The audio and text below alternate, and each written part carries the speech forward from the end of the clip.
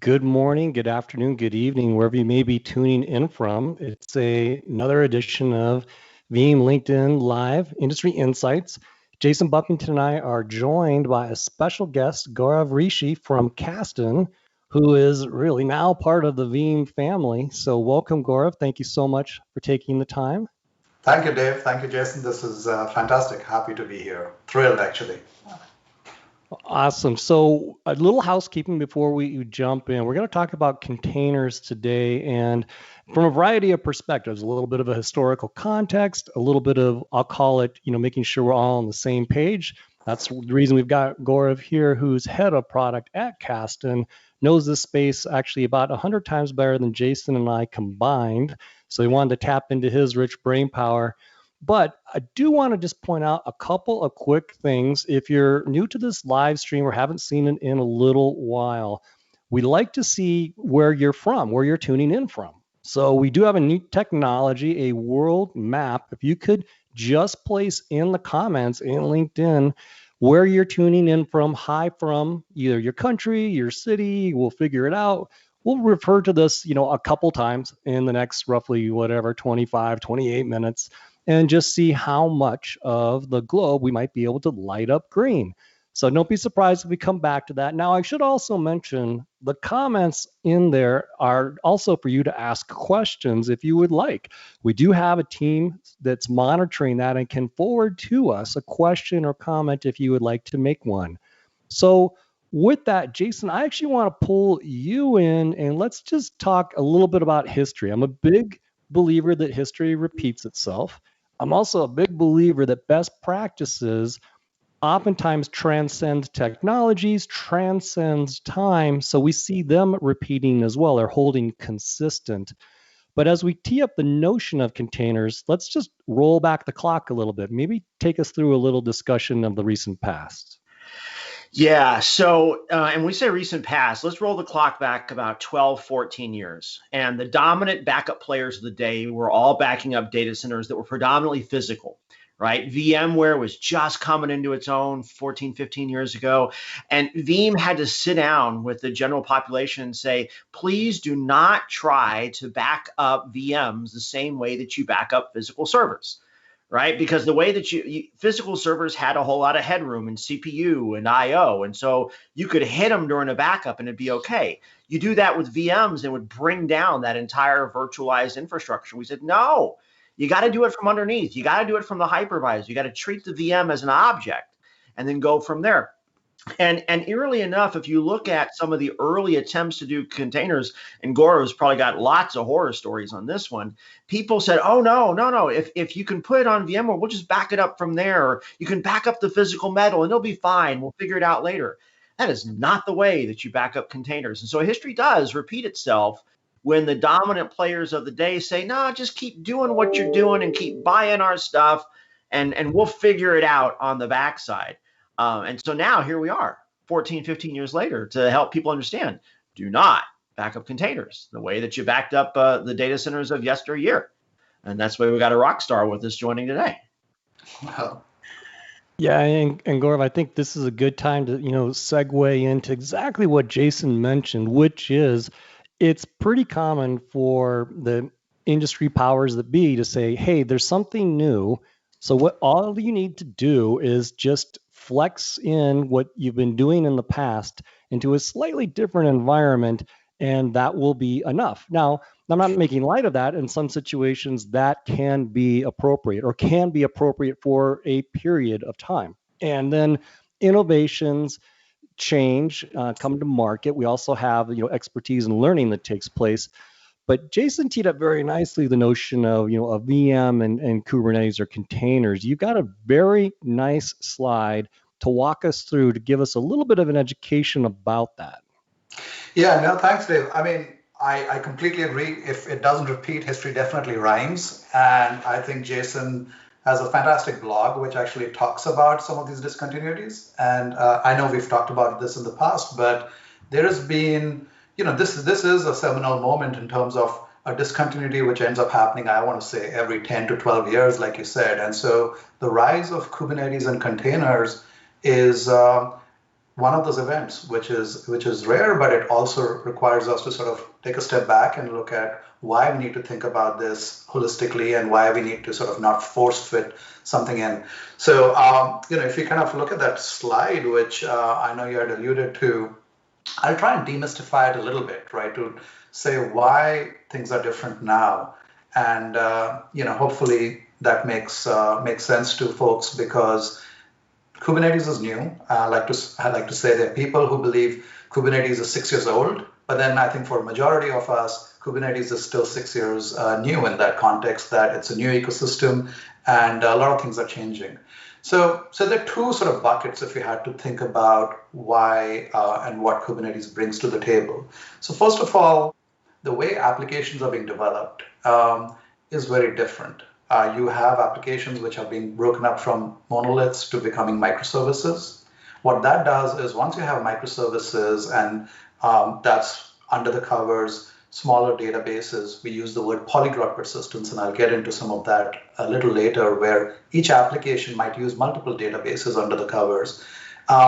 It's now not that the entire application sits on one server or one particular virtual machine. These microservices are distributed across multiple VMs and multiple servers by the Kubernetes layer. I almost think of Kubernetes as the next generation distributed operating system, if I had to simplify this to the core. And so you have no visibility with an older tool to figure out even where your application is because it's not in one place.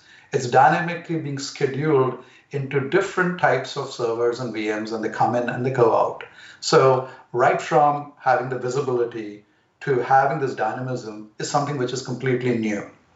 I think also what ends up happening is as soon as you break up an application into multiple microservices, you suddenly have a state explosion. So you now have not just one application, not only do you have multiple microservices, Kubernetes itself stores a lot of its configuration related information in what are called Kubernetes objects. So this would be things like, hey, look, I need to have secrets or configuration data that my application needs to get started. How many replicas of a database should I have? All of this information is stored in things like config maps, and I don't want to get and throw sort of Kubernetes terminology here, but the broader point I want to make is the number of objects that you need to now store is actually manyfold than what older tools need to store. So that itself brings another discontinuity. And then also, I think if you think about it, you need to be Kubernetes native as opposed to staying outside the system. And the reason you want to do that is, I know we always talk about backup being your last line of defense, but a backup application itself has to be itself secure. And so to get that level of security in a Kubernetes environment, you need to sort of go ahead and make sure you understand that. And so Kubernetes provides contexts like namespaces, which go and create a little bit of circle around where your application components and microservices reside. And you can't be sitting outside of Kubernetes and trying to go ahead and protect these applications if you don't even understand those constructs. So that's one bucket, which is the infrastructure and the way applications are built. And that sort of is something where I tried to explain a little bit. The other big change, which is really happening hand in hand with all of this, is the rise of DevOps. This is from an operator's perspective.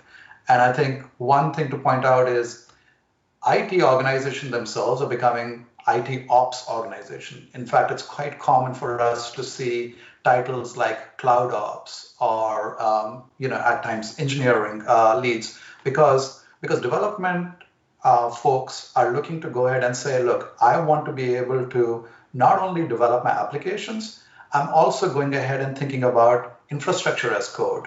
And that's something that is built in.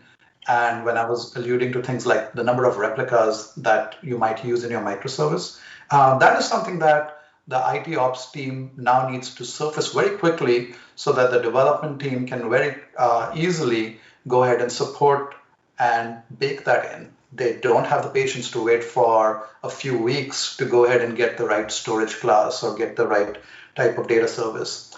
So what that means is now as a data management tool, which means things like providing backup and recovery and so on, you need to have the capabilities of being able to provide self-service portals to these apps teams. And these, again, are something where they need to be app oriented. So they need to understand what an application is, what the underlying components is. And this is very different from being infrastructure or VM oriented, which is what life used to be like because of all the points I made earlier. And then maybe finally, I'll just make one more sub point under that rise of DevOps. There is a new ecosystem which Kubernetes and the cloud native ecosystem has brought in. I'm not sure my t-shirt can be seen, but this is from the last KubeCon, which I attended physically. And it is fascinating to see that there are more than 500 companies who are part of this cloud native ecosystem, which do everything from monitoring to new types of storage systems.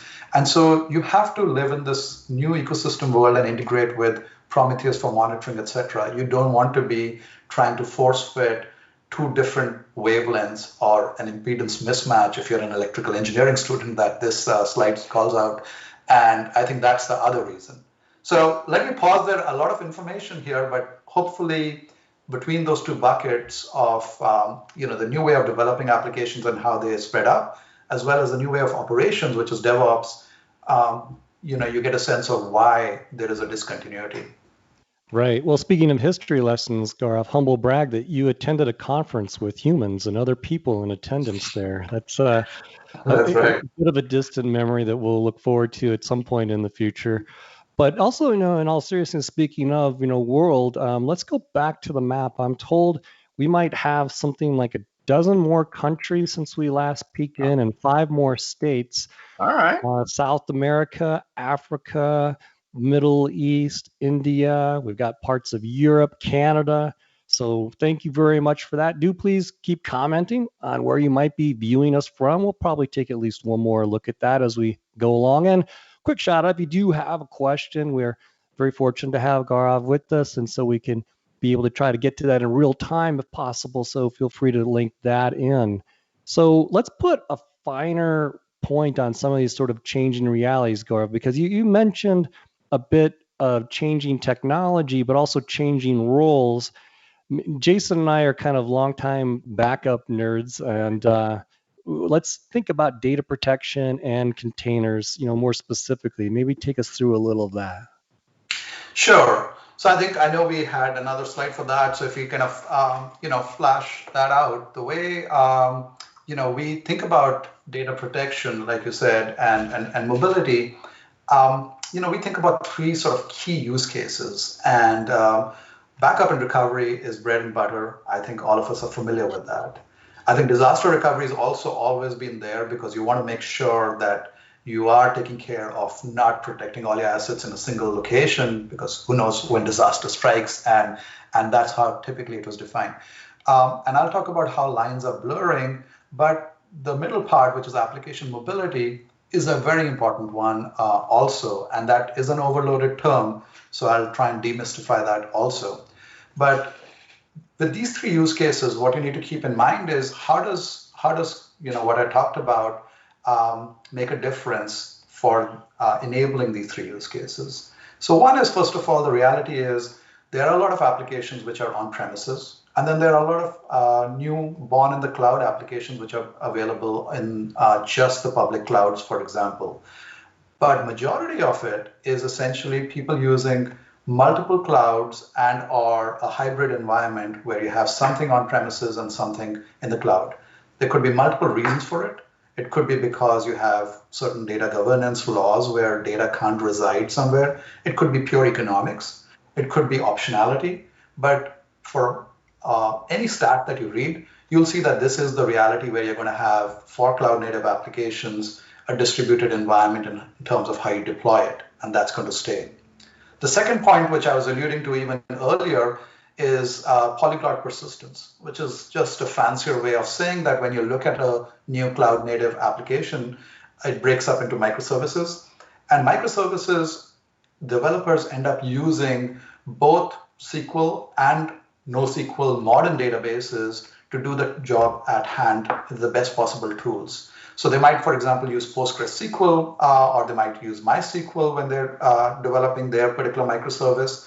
In the NoSQL database, it's an embarrassment of riches, actually. It's everything from key value stores like Redis or it could be document stores like MongoDB. It could be white column stores like Cassandra. And you end up having a lot of these databases used by a single application under the covers. And you need to make sure that you're protecting all of those.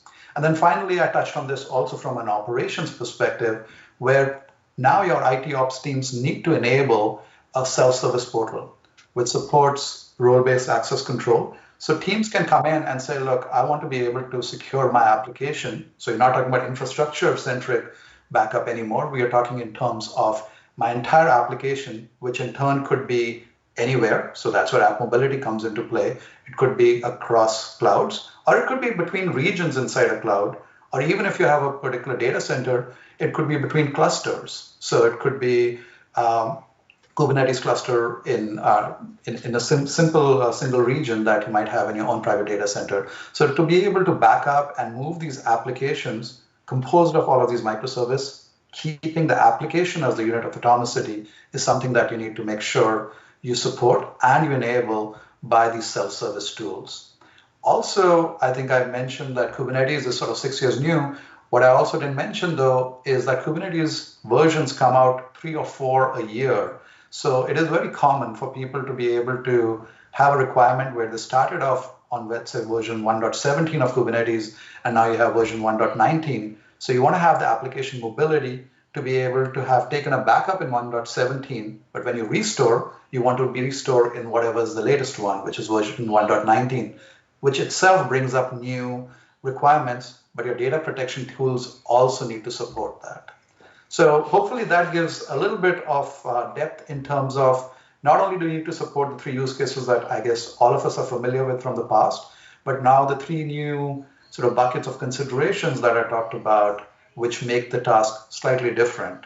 And that's why you need to take a Kubernetes native approach. So this is where, Jason and I feel very comfortable or familiar, I'll say, above the line of what you showed. Jason, you've got a great saying that, basically, what is it? Migration is the disaster that you plan for. So some of the DR discussion, mobility discussion that Gaurav mentioned, that's certainly something that we're used to in the historical constructs of what we're trying to protect. Yeah, I think about it as, and I think the way Gaurav said it originally when he opened up that last slide was perfect. He said, certainly it's about backup, right? And then DR has always been an extension of that backup conversation. And only after you have, and I'm putting a little bit of parentheses on this part, only after you have solved backup, right, and made that data reinstantiatable upon request, whether that's for reactive backups or for disaster recoveries, then you start to get into some interesting enablement scenarios like mobility, which kind of sounds like the talk track that we've been having here at Veeam for the last several years, right? The other thing, though, especially for those of us who have been watching this podcast for a while, a lot of the concepts that Gaurav shared, if you're not into containers, you're like, wow, that is so different than how I'm used to thinking about backup. And if you roll the clock back 15 years and you try to describe to somebody what a hypervisor was, you'd have a lot of those same kind of glazed over eyes along the way. So Dave, do you want to go through the map first? Let's see where we are and then kind of pivot to, now that we've expanded on how complex the problem is, let's talk about some of the solution outcomes. Yeah, absolutely. Let's take a quick look at the world map here. I think we've got a few more entries. Oh my gosh. Okay, so we've got Russia in particular shows up. We've got actually more of Africa as well. So thank you so much for that. Looks like a little bit more of Europe. So always amazing representation, Gaurav. We're always so pleasantly surprised and thrilled. Now some, I guess, what's it been, Jason? 3-4 months we've been doing this. Maybe it's closer to 4. 6. This time flies. This is I think this is episode 24, which means, and at 1 a week. We've been doing this for 6 months, every Monday. So that's awesome. So yeah, thank you everyone for that. We've got Italy and Russia, Czech Republic, Germany, I think South Africa, if we haven't mentioned before, another state, I believe Idaho came in there. So let's double click a little bit. I like this next slide. We'll just touch on it briefly, but on slide here on K10, meaning the Kasten platform, I feel like there's a lot of similarities. I know Jason and I, when we talk about this, see this one, we recognize some heritage here, but maybe Gaurav, take us through it, just a little bit of this. Sure. No, thank you. And I think just on the comment of the map, I was like, wow, that's a big travel list. I'm so looking forward to whenever we can start traveling. This is so interesting. But on Kasten K10, and there's a little bit of wordplay, Kubernetes people actually abbreviated and call it K8. When Kasten, which is German for containers, started, we also said, look, let's call our core product K10 because not only are we Kubernetes native, we sit on top of Kubernetes distributions. And so that was how K10 came in. And also the zero looks like a container. So anyway, multiple things going on. But the key point to make out here is K10 is a software platform. It installs in less than 10 minutes in your Kubernetes cluster. So, this is something where you might be running on a public cloud, you might be running in a private data center. You could be using various types of Kubernetes distributions, whether it's OpenShift or Azure AKS. And what K10 does is it just gets installed in there. And within a matter of a few minutes, it'll automatically discover all of those applications I was talking about, including creating a dependency map of the underlying microservices, the data services that those microservices might be using, the persistent volumes, which is the underlying storage systems that it's using. And it then can go ahead and ask you to set up policies, which is an easy way to say, I want these things to be backed up. I want them to be backed up and put for disaster recovery reasons in this particular object store. And stay tuned for some very interesting announcements tomorrow at Veeam Live around extensions to that. And we make this so easy to use because we do realize that Kubernetes is new. And so we want to make sure that we are meeting customers where they are as opposed to where we want them to be. So we do want to be that bridge to help you with that. And that's why we have this very, very easy to use user interface. But let it not fool you because we also have actually very rich Kubernetes native APIs, which people can go ahead and put in terms of their own automation tool frameworks. So we've got people who start off with a user interface, but then very quickly automate it completely with Prometheus and PagerDuty locked into it to go ahead and have everything done. And then, of course, we've touched on security a couple of times. This is extremely secure, where not only is all the content that we keep in your premises encrypted, even when we are moving it out to object stores, et cetera, it's completely encrypted. And then we ourselves, like I said, do support Kubernetes native APIs in terms of cluster role bindings and so on to get you that RBAC. So even when you have a self-service portal, you get to see the policies and the applications, only the ones which your Kubernetes administrator has authorized you to see. So it's also extremely important in this new world to make sure that these RBAC and self-service portals are giving you the right window in terms of what you see and what you can do on those objects or applications. So that's maybe a very high-level view of Kasten K10. But like I said, we do want to make sure backup is as easy as 1, 2, 3. And indeed, that's been the case and the feedback from our customers. Easy as 1, 2, 3, easy to use. Where have I heard that phrase on easy to use before? Look, and we've said this about Veeam's competitors. I'm sure Kasten says this about the folks that they're trying to, or that people are trying to catch up with them on. Easy is hard to design, right? If you want complex, go look at any of Veeam's competitors. I mean, you can get complex if you want it, but actually going through the effort of not only the engineering, but also the aesthetics of how do you get rid of the complexity of the platform so that you can just focus on the outcomes, right? That is important, and that is rare. And it just so happens that both the companies on this call have been really committed to that from the very beginning. But yeah, ease of use, to get rid of the complexity of containers, to get rid of hypervisors and the commoditized storage that goes into that, and all that other complexity. That's hard to do, right? It's why Veeam is where it is today. It's why Kasten is the crown jewel when it comes to containers as a discussion point. So yeah, absolutely. Yeah, we do have a question that came in from Rajendra. So could you briefly explain the Veeam architecture design specific to containerized workloads? And the short answer is literally in about 24 hours or less, we're going to make some discussion announcements on that front at Veeam Live tomorrow. So I don't want to steal thunder from, we're going to have a joint presentation from someone from Kasten and someone on the product strategy team from Veeam. Short story or a little bit of a commercial. Gaurav, it's not a stretch to say that there's been work and integration taking place for some time. The acquisition closed recently. The integration work did not start recently. No, that's very right. I think David Hill and Web of Kamra, they are going to be speaking tomorrow. You don't want to miss that session at Veeam Live, so I'll put that plug in for them. But before we announced the acquisition, we had already announced a strategic partnership. Way before that. So we have been working together, and I think super excited about that. So I think it's been fantastic, and there's so much more to be done as we go forward. But yeah, I don't want to steal the thunder either. But so we'll wait. I'll punt it for another 24 hours. But good stuff happening. Jason, maybe just a little bit we can talk about. We can bring up a graphic that shows the two ecosystems. Yeah, the thing to remember about this relationship, and I, like the other two, we can't spoil tomorrow's news, as cool as that would be. But you got to remember that we have had this strategic alliance partnership for a while, right? And those alliance partnerships are never based just on, hey, we're going to meet in the channel. Right? That is always based on better together as a concept. But because we can't talk about that, let's at least talk about better side by side, which is the chart that you see here.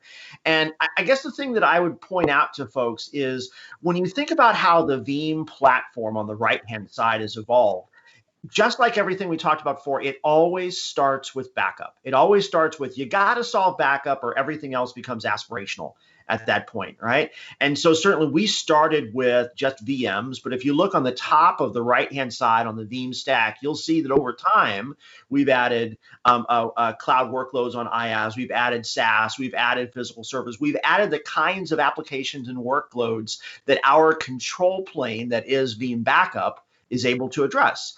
Now, in order to make sure that we are accessible across the broadest possible amount of data center and cloud type architectures, look on the bottom of that slide, and we work with almost every major storage layer that's out there and every cloud layer that's out there, right? So it's always about common control plane, value add capabilities like orchestration and monitoring on top of that, and then what are the apps that matter on top? What are the storage layers underneath that you have to interact with in order to provide that comprehensive delivery? And golly, that looks awfully similar on the left-hand side of that screen, right? So in this case, Kubernetes is that common control plane in the middle, and then the orchestration, of course, that K10 provides. And then, hey, look, you got some apps on the top, you got some storage on the bottom. There are so many reasons why this partnership has always made sense from a culture, from a vision, from an architecture. The list just goes on and on. This was a marriage made in heaven. Gaurav, if you want to unpack that left side really quick for us. Sure, and I'm conscious of the time, but I'm so passionate about this ecosystem growing. But I think very quickly, like you put it out, at the bottommost layer, your data needs to reside at the end of the day somewhere, and so you definitely have the storage layer. There are varieties of them. There's block, there's file, there's object. It could be on premises or it could be in public clouds. We support all of these options. We have direct integrations, and then we support integrations even through what is called the container storage interface, which is CSI in parlance of Kubernetes, to support an even bigger growing list of companies out there. So that, first of all, gives you that freedom of choice at that layer. The Kubernetes distribution, there are a few of those too. Amazon has EKS, there is AWS, there is AKS from the Microsoft folks. There's OpenShift from the Red Hat folks. We support all of those. And of course, we support Tanzu, which we talked about in the context of VMworld. So again, you have freedom of choice in the context of the Kubernetes distributions that you decide to use. In terms of the data services, like I talked about, you want to have your applications backed up, and different applications might require different levels of consistency and granularity of both backup and recoverability. Some might be okay to be backed up and recovered at the layer of storage, but some might require you to have the transaction level granularity. So what we've also done is created blueprints and integrated with a variety of logical dumps to enable logical dumps at the databases. So Postgres and MongoDBs and so on. And this list actually continues to grow. And so we also have a bunch of integrations even at that layer. So K10 ends up integrating with all of these three broad layers, if you will, and that's more or less mirrors what you've always had in the VM world. And this breadth of choice, I think at the end of the day, gives you that freedom of choice from a customer's perspective. Awesome. Well, Gaurav, thank you so much for visiting with Jason and myself. We do want to give a quick shout out. I think we had 19 different countries with multiple states in the U.S. Participate today. So thank you for that live. Quick view of the map. Also want to give a quick commercial while we wrap up. We've mentioned it a couple times, but we will have our Veeam live event tomorrow in the Americas Theater, October 20th, tomorrow. We've got a couple of other things coming up Friday. This coming Friday, Rick Vanover will recap Veeam Live. And then a week from today, Jason and I will be with Michael Cade from the Veeam Product Strategy Group, talking about NetApp Insight and the things going on between those two companies. On behalf of Jason, thank you so much, Gaurav. Everyone, thank you for tuning in. Stay safe, stay positive, and we'll see you on the next live stream. Thank you. All right. Stay safe.